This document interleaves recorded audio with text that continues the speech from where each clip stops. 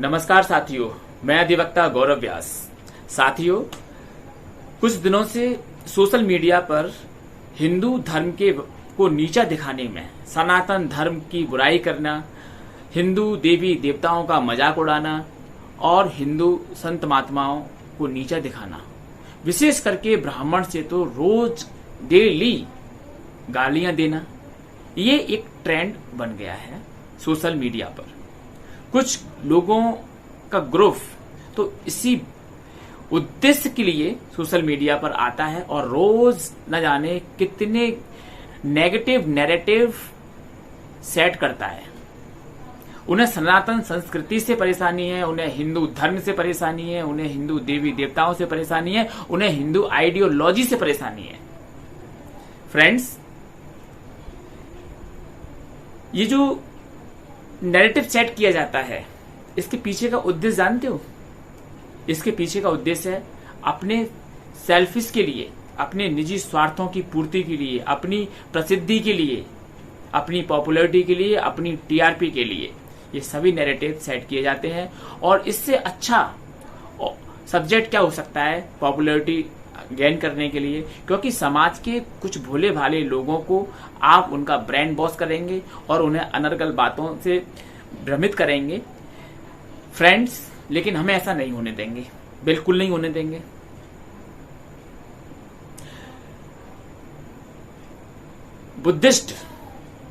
Buddhism की बात करने वाले रोज डेली कुछ ऐसे बौद्धिस्ट हैं इस देश के अंदर, इनका काम ज्ञान देना, तो इनका लगता है कि ज्ञान के लिए तो ये बने ही नहीं है। इनका काम है रोज का आए दिन चैनल पर आना और सनातन संस्कृति, हिंदू धर्म, हिंदू देवी देवताओं, हिंदू आइडियोलॉजी के खिलाफ में रोज डेली कुछ ना कुछ स्टेटमेंट देना, कुछ ना कुछ बोलते रहना, जिससे ये सुर्खियों में बने रहे। कहीं ये दिल्ली से शपथ ग्रहण करवाते हैं लोगों को, तो कहीं लखनऊ से शपथ ग्रहण करवाते हैं। हम ब्रह्मा विष्णु महेश इन तीनों को ईश्वर नहीं मानेंगे, हम इन्हें भगवान नहीं मानेंगे, हम राम और कृष्ण को भगवान नहीं मानेंगे, इनकी पूजा नहीं करेंगे, खुद नहीं करेंगे, दूसरों से नहीं करवाएंगे। इस तरीके का जहर ये समाज में घोल रहे हैं। भाई, तुमको अगर पूजा नहीं करनी है तो मत करो, लेकिन दूसरे लोगों को तो प्रेरित मत करो, दूसरे लोगों को तो आपस में मत भिड़वाओ। हिंदुओं को हिंदुओं से भिड़वाने वाले बौद्धिस्टों, सुधर जाओ, सुधर जाओ। और जो बुद्धिज्म की ओरिजिनल फिलॉसफी है, उस फिलॉसफी पर चलो। मैं नहीं कहता कि बुद्धिस्ट की फिलॉसफी गलत है। बुद्धिस्ट की फिलॉसफी अपने स्तर पर, जितना बुद्धिस्ट ने अपनी फिलॉसफी पर काम किया था गौतम बुद्ध ने, उतनी फिलॉसफी उनकी बढ़िया है। उनकी फिलॉसफी अनात्मवाद की है, वह आत्मा को नहीं मानते हैं, ना ही वह ईश्वर को मानते हैं, अनिश्वरवादी फिलॉसफी है। वेदों का खंडन करते हैं, वेदों से विपरीत बोलते हैं, ये उनकी फिलॉसफी है। लेकिन हमें कोई बुराई नहीं है, हर आदमी को, हर व्यक्ति को यह स्वतंत्रता है कि वे अपने विचारों को व्यक्त करे। तो इसी प्रकार से बुद्ध के भी विचार हैं धर्म को लेकर के, तो हमें कोई आपत्ति नहीं है। लेकिन आपत्ति तब होती है जब अपने विचारों के आड़ में दूसरे लोगों को बेइज्जत करना, दूसरे लोगों को नीचा दिखाना, दूसरे धर्म की बुराई करना, ये गलत है। अगर आप में सामर्थ्य है ना, तो आप मंच पर आइए, आप तर्क कीजिए। आप वैदिक सिद्धांत की बुराई तो करते हैं, आप वैदिक सिद्धांतों की निंदा करते हैं, लेकिन उन वैदिक सिद्धांतों का खंडन तो कीजिए। इतनी सामर्थ्य तो अपने अंदर विकसित कीजिए कि आप जिनकी निंदा करते हैं, जिन सिद्धांतों की, उन सिद्धांतों को विपरीत जाकर के उनका खंडन कीजिए, उन्हें झूठे साबित कीजिए। लेकिन ये तो आपसे होता नहीं है। आपको तो सिर्फ लोगों को बरगलाना है, लोगों का माइंड वॉश करना है। और कुछ यूट्यूबर्स हैं, वो सोशल मीडिया पर उनका बस काम ही यही है कि इसकी बुराई करना, उसकी बुराई करना, विशेष करके ब्राह्मणों की बुराई करना, ब्राह्मणों को गाली देना, ये उनका रोज का काम बन गया है। लेकिन जब तक ऐसे लोगों को जवाब नहीं दिया जाएगा, तब तक ये सुधरने वाले नहीं है। एक बौद्ध नाम का कोई लड़का है जो सोशल मीडिया पर काफी एक्टिव रहता है, उसका मुझे नाम अभी याद नहीं आ रहा। उसके द्वारा हर दूसरे तीसरे दिन बागेश्वर धाम के पीठाधीश्वर पंडित धीरेन्द्र कृष्ण शास्त्री के बारे में रोज कुछ न कुछ नेगेटिव स्टेटमेंट दिया जाता है, उनकी कॉमेडी की जाती है। फ्रेंड्स, मुझे ये बताइए, अगर बागेश्वर धाम सरकार ने इस देश के अंदर हिंदू राष्ट्र की मांग की है तो क्या बुरा कर दिया है? अगर भारत देश में हिंदू राष्ट्र की मांग नहीं की जाएगी तो कहां की जाएगी? खैर छोड़ो,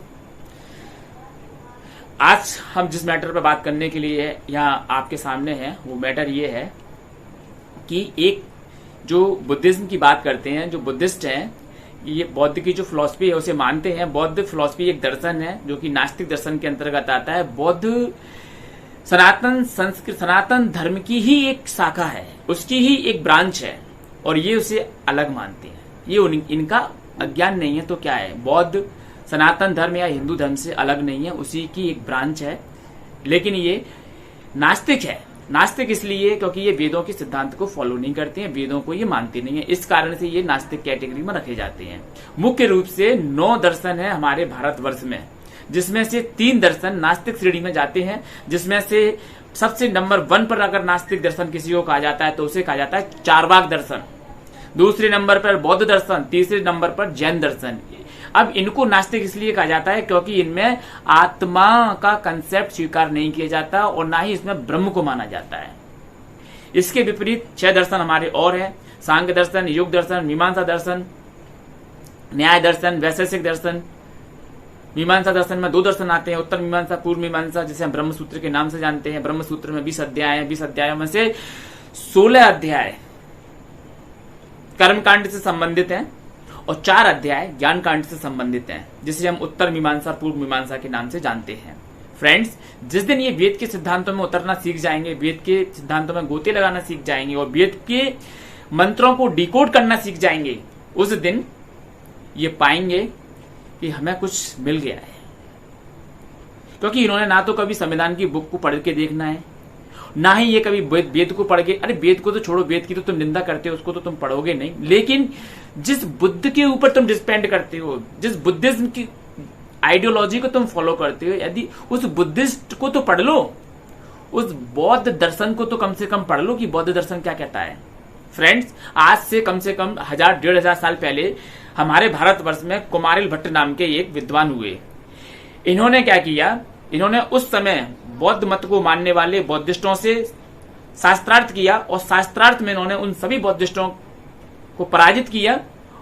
बौद्ध जो फिलॉसफी थी, बौद्ध के जो तार्किक जो सिद्धांत थे, उनका खंडन किया और वैदिक धर्म को पुनः स्थापित किया, उसे प्रचारित किया, प्रसारित किया। ये कुमारिल भट्ट आदि गुरु शंकराचार्य के समकालीन थे और कुमारिल भट्ट कोई आम आदमी नहीं है। मैं आपको परिचय दे दूं कुमारिल भट्ट का। कुमारिल भट्ट प्रसिद्ध विद्वान, जिन्हें भारतवर्ष में हर कोई, भारतवर्ष में ही नहीं विश्व में अधिकांश लोग जानते हैं, मंडन मिश्र। मंडन मिश्र अपनी विद्वता के लिए जाने जाते हैं। ये गुरु हैं मंडन मिश्र के, कुमारिल भट्ट। तो फ्रेंड्स, कुमारिल भट्ट, आदि गुरु शंकराचार्य, मंडन मिश्र, इनका नाम तो आपने सुना होगा। ये सभी समकालीन लोग थे। तो मेरा मानना यह है कि आप ये जिस आइडियोलॉजी को फॉलो करते हैं, उस आइडियोलॉजी के बारे में पहले पढ़ें, जानें, समझें, फिर उसके बारे में बहस करें, तर्क करें। फालतू में मैदानों में लोगों को इकट्ठा करके तर्कबाजी करने से और अनर्गल बातें करने से, झूठी सच्ची कस्में खाने से कुछ नहीं होने वाला। लोगों को बरगलाने से कुछ नहीं होने वाला। आपको अपनी राजनीतिक रोटियां सेकनी है तो आप धर्म के नाम पर सेकना बंद कीजिए। आप अपने सेल्फ कॉन्फिडेंस के आधार पर अपने राजनीतिक प्लेटफॉर्म को तैयार कीजिए, तब तो जाना तुम्हें। ब्राह्मण तो बाहर से आए हैं, ब्राह्मण तो बाहर के निवासी हैं, ब्राह्मण मूल निवासी नहीं, मूल निवासी तो हम हैं यहाँ के। ब्राह्मण आर्यवर्त से आए हैं। पता नहीं है क्या क्या नैरेटिव सेट करते हैं, इनका कोई बेस ही नहीं है। कुछ भी कहीं से भी उठा करके भी, अरे कम से कम उस ग्रंथ को पढ़ तो लो जिसके बारे में बात कर रहे हो, उस फैक्ट को जान तो लो जिसके बारे में तुम यहाँ डिबेट करने के लिए बैठे हुए हो। लेकिन नहीं, ऐसे ऐसे तर्क देंगे। ये अगर हाथ मटक रहा है तो मैं मटका रहा हूं, आंखें देख रही हैं तो मैं देख रहा हूं, बोल रहा हूं तो मैं बोल रहा हूं, तो फिर कहां है ईश्वर? इस तरीके के अनर्गल तर्क इनके द्वारा प्रस्तुत किए जाते हैं। लेकिन ये भैया एक मुर्दा भी तो होता है, वो भी तो शरीर है। अब वो क्यों नहीं चल पा रहा, क्यों नहीं बोल पा रहा, क्यों नहीं देख पा रहा, रीजन क्या है उसका? उसके पीछे रीजन है, उसकी साइकोलॉजी है। उसको समझने के लिए आपको जाना पड़ेगा विस्तार से। आपको पहले पदार्थ को जानना होगा, पदार्थ को जानने के बाद आप ब्रह्म को जान पाएंगे। आप डायरेक्ट जाते हैं कि हम ब्रह्म को जान लें और पदार्थ को छोड़ दें। This is impossible, impossible, this is impossible. पहले आपको सृष्टि क्रम को पढ़ना पड़ेगा, सृष्टि क्रम को जानना पड़ेगा, तभी आप ब्रह्म तक पहुंचेंगे। पहले आप ब्रह्म तक नहीं पहुंचेंगे। फ्रेंड्स, हमारे यहाँ परंपरा रही है तर्क करने की, शास्त्रार्थ करने की, लेकिन इस तरीके से नहीं कि हमने जो कह दिया उसको हमने मान लिया। हम भी अपने विद्वानों से तर्क करते हैं, शास्त्रार्थ करते हैं, और फिर उसमें कॉन्ट्राडिक्शन होगा, कोई कॉन्ट्राडिक्शन आता है तो उस कॉन्ट्राडिक्शन को दूर करने का प्रयास भी करते हैं। जैसे कि जो आस्तिक दर्शन है, जो 6 हमारे आस्तिक दर्शन है, जिसमें से एक वेदांत, एक सांख्य दर्शन है, दूसरा वेदांत दर्शन है। सांख्य दर्शन भगवान कपिल के द्वारा रचित है, जबकि वेदांत दर्शन अलग से है। तो फ्रेंड्स, सांख्य दर्शन और वेदांत दर्शन, इन दोनों में भी कॉन्ट्राडिक्शन है, लेकिन बहुत माइनर कॉन्ट्राडिक्शन देखने को मिलता है। सांख्य दर्शन और वेदांत दर्शन में क्या कॉन्ट्राडिक्शन है जानते हैं आप?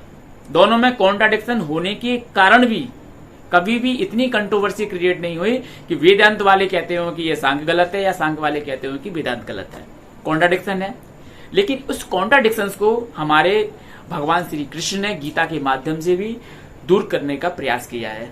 गीता किस लिए महान है? गीता इसलिए महान है कि गीता में जो चीजें छूट रही थी, जो चीजें बिखर रही थी, उन सबका बहुत बढ़िया से कोऑर्डिनेशन भगवान श्री कृष्ण ने गीता में किया है।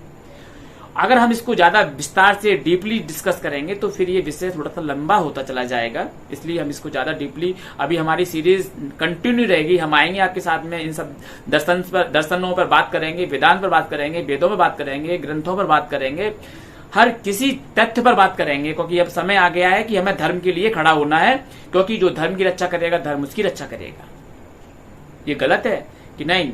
अगर देश में किसी सनातनी हिंदू ने धर्म की बात कर दी तो बहुत मुसीबत आ जाएगी, बड़ा पहाड़ टूट पड़ेगा, आफत आ जाएगी देश के अंदर। बस सनातनी नहीं करना चाहिए धर्म की बात, और बाकी सब करेंगे, मुसलमान करेंगे, बौद्धिस्ट करेंगे, सब कोई करेगा, लेकिन हिंदू नहीं करेगा। हिंदू करेगा तो वो सेक्युलरिज्म को खतरा उत्पन्न हो जाएगा। भाड़ में जाने तो ऐसे लोगों के सेक्युलरिज्म को करनी पड़ेगी, और इनको बताना पड़ेगा कि तुम्हारी आइडियोलॉजी और हमारी आइडियोलॉजी में क्या अंतर है। ठीक है? ब्रह्म सूत्र कभी पढ़ा नहीं है इन्होंने। ब्रह्म सूत्र में सारे वेदों का सबका निचोड़ लाके रख दिया महर्षि वेद व्यास ने। उन्हें मालूम था कि आने वाले समय में ऐसे कुतर्क पैदा हो जाएंगे जो कि कुतर्क के माध्यम से बड़े बड़े सवाल खड़े करेंगे, इसलिए उन्होंने ब्रह्म सूत्र की रचना कर दी। लो, अब तुम्हारे अंदर क्षमता तो होना चाहिए ब्रह्म सूत्र को पढ़ने की। क्षमता तो आपके अंदर नहीं है एक साधारण से ग्रंथ को पढ़ने की, लेकिन तुम चले हो कि हम वेद पढ़ लें। अभी तुमने ढंग से किताब पढ़ना सीखी नहीं है, लेकिन चले तुम वेद पढ़ने के लिए। एग्जाम्पल के तौर पर, वेद पढ़ने के लिए मानसिकता का प्रिपेयर होना कंपलसरी है। बिना प्रिपेयर हुए आप वेदों को कुछ नहीं समझ सकते हो, कुछ नहीं ग्रहण कर पाओगे वेदों में से। वेद वो चीज है। मैं आपको एक उदाहरण देके जा रहा हूं और एक प्रश्न छोड़ के जा रहा हूं, आंसर ढूंढना। वेदांत दर्शन में ब्रह्म सूत्र के माध्यम से ब्रह्म का निरूपण किया गया, बताया गया है कि ब्रह्म क्या है। ब्रह्म को साबित किया गया है। साबित करते हैं ना, कोर्ट में साबित करते हैं साक्ष्यों के जरिए, ऐसे ही ब्रह्म को साबित किया गया है ब्रह्म सूत्र के माध्यम से, सूत्रात्मक रूप में। अब आपके अंदर अगर बुद्धि है तो उसे डिकोड कर लो। सबसे पहला, इसमें 4 अध्याय हैं और 4 अध्यायों में 4-4 पार्ट्स हैं इसके। ठीक है? तो इसमें जो सबसे पहला प्रश्न किया जाता है ब्रह्म सूत्र में, वो किया जाता है अथातो ब्रह्म जिज्ञासा, यानी कि ब्रह्म क्या है, ब्रह्म की जिज्ञासा कर दी। अब सूत्रकार आगे इस जिज्ञासा का समाधान करेंगे धीरे धीरे। उन्होंने दूसरे सूत्र में कह दिया कि जन्माद्य सत्य ब्रह्म, जो सृष्टि इस ब्रह्म से ये सृष्टि जो है ब्रह्म से ही जन्म लेती है। क्यों? क्योंकि शास्त्र ये नित्यवाद, यानी कि शास्त्र कहते हैं 1-1-3, 1-1-2, 1-1-1, ब्रह्म सूत्र का इन सब चीजों को डीपली डिस्कस करना पड़ता है। ऐसे यूट्यूब के माध्यम से या सोशल मीडिया या फेसबुक के माध्यम से हम नहीं डिस्कस कर सकते हैं। लेकिन मैं सूत्रात्मक रूप में कह रहा हूं, इसका जो 5वां सबसे ज्यादा इंपॉर्टेंट जो श्लोक है, जो सूत्र है, वो है ईक्षते नार्द शब्दम, अर्थात ईक्षण धातु का प्रयोग जहां जहां होता है वहां वहां चेतन शक्ति के लिए होता है। फ्रेंड्स, अब आ रही समझ में, आपको नहीं आएगी, इसीलिए कहते हैं कि वैदिक बातें ऐसे नहीं की जाती हैं कि आए उठाए मुंह और बोल दिया कुछ भी। मैंने आपको मात्र 2-3 सूत्र भी आप बताए हैं, और उन 2-3 सूत्रों में मुझे लगता है कि ना तो आपको कुछ पल्ले पड़ा होगा, क्योंकि उनकी मुझे व्याख्या करनी पड़ेगी जाकर के विस्तार से, तब आपको समझ में आएगी। ईक्षते नार्द शब्दम, क्योंकि ईक्षण धातु का प्रयोग हमारे वैदिक ग्रंथों में, उपनिषदों में वहां किया गया है जहां संकल्प शक्ति के लिए, जहां चेतन शक्ति के लिए बात की जाती है, वहां ईक्षण धातु का प्रयोग किया जाता है और ईक्षते शब्द आता है। इसलिए उसने संकल्प किया। किसने? संकल्प करने की शक्ति किसमें होती है? पत्थर में तो होगी नहीं, चेतन में होगी, जिसके अंदर कुछ प्राण होंगे, उसके अंदर कुछ चेतना होगी, वही ईक्षण कर सकता है, वही संकल्प कर सकता है। तो इस संसार को बनाने के लिए संकल्प किसने किया? ब्रह्म ने किया। तो फ्रेंड्स, ये एक ट्रेलर मात्र है हमारे इन ग्रंथों से, ये एक ट्रेलर मात्र है। ऐसे तो पता नहीं है कितने ज्ञान की गहराइयां उपनिषदों में, वेदों में, अरण्यकों में, ब्राह्मणों में, संहिताओं में भरी पड़ी हैं।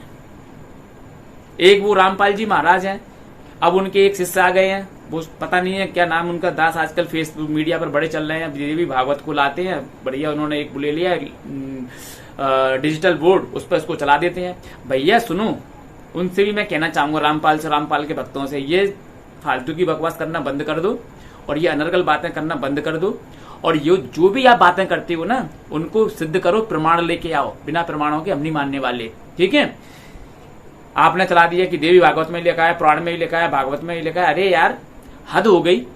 जब हम किसी चीज की बात करते हैं तो प्रमाण मांगते हैं, और प्रमाण हमें चाहिए वेदों से। जो चीज वेदों को सपोर्ट नहीं करती हम उसे मानेंगे नहीं।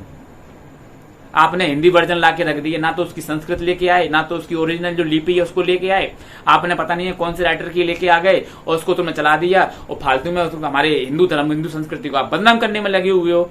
दोनों की दोनों गुरु चेला। पहले वो रामपाल करता था, अब ये तुम आ गए। पता नहीं है कौन सा दास है, वो एक नया यूट्यूब पर चल रहा है। ऐसे लोगों को तो एक्शन लेना चाहिए। ऐसे लोगों के खिलाफ तुमको ज्ञान देना, ज्ञान दो, लेकिन हमारे धर्म के बारे में ज्यादा मत बोलो, ठीक?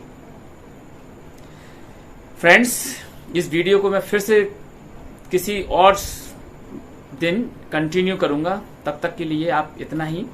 लेकिन उन लोगों से विशेष हाथ जोड़ के निवेदन है जो आए दिन रोज हिंदू संस्कृति के बारे में अनर्गल अनाप शनाप बकते हैं, ब्राह्मणों के बारे में, क्षत्रियों के बारे में अनाप शनाप बकते हैं। और देखिए, ये ब्राह्मणों और क्षत्रियों को अनाप शनाप सुनते भी हैं, लेकिन कुछ कहते नहीं है। इतनी सामर्थ्य, इतनी क्षमता इनके अंदर है। यूट्यूब पर, सोशल मीडिया पर, फेसबुक पर, कहीं पर आपने इसको इतना काउंटर अटैक करते हुए देखा है। लेकिन आज मुझे ये कहना पड़ रहा है कि मेरे साथियों, आप कोई हमसे अलग नहीं हो, आप हमारे ही बंधु हो। प्लीज